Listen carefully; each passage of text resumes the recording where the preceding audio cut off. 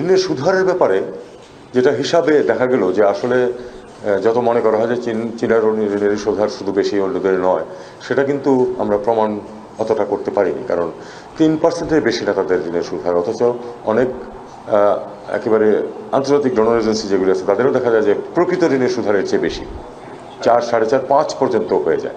তো যাই হোক, তারপরে তারা আশা দিয়েছে যে তারা এটা দেখবে, যদি সম্ভব হয় কমানোর, তারা কিছুটা কমানোর চেষ্টা করবে।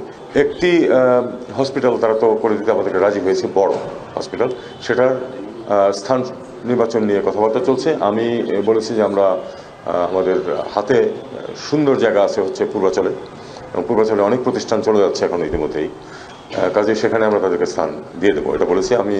এটা খুব শিগগিরই এই পূর্বাচলের মালিক যেই মন্ত্রণালয়, তাদের সাথে যোগাযোগ করবো এবং যত তাড়াতাড়ি সম্ভব এটা আইডেন্টিফাই করে দেওয়ার ব্যবস্থা করবো। তারা কিন্তু একটি বড় হসপিটাল পাবলিক তৈরি করে দিতে রাজি আছে। আমি এছাড়াও আহ্বান জানিয়েছি যে আরেকটি টার্সিয়ারি হসপিটাল, সেটা পাবলিক প্রাইভেট পার্টনারশিপে হতে পারে। সেটা এমনকি যদি তাদের কোনো প্রাইভেট পার্টিও এখানে আসে, যারা প্রাথমিকভাবে বড় একটা হসপিটাল করবে টার্সিয়ারি চিকিৎসার জন্য, সাধারণ চিকিৎসার জন্য না,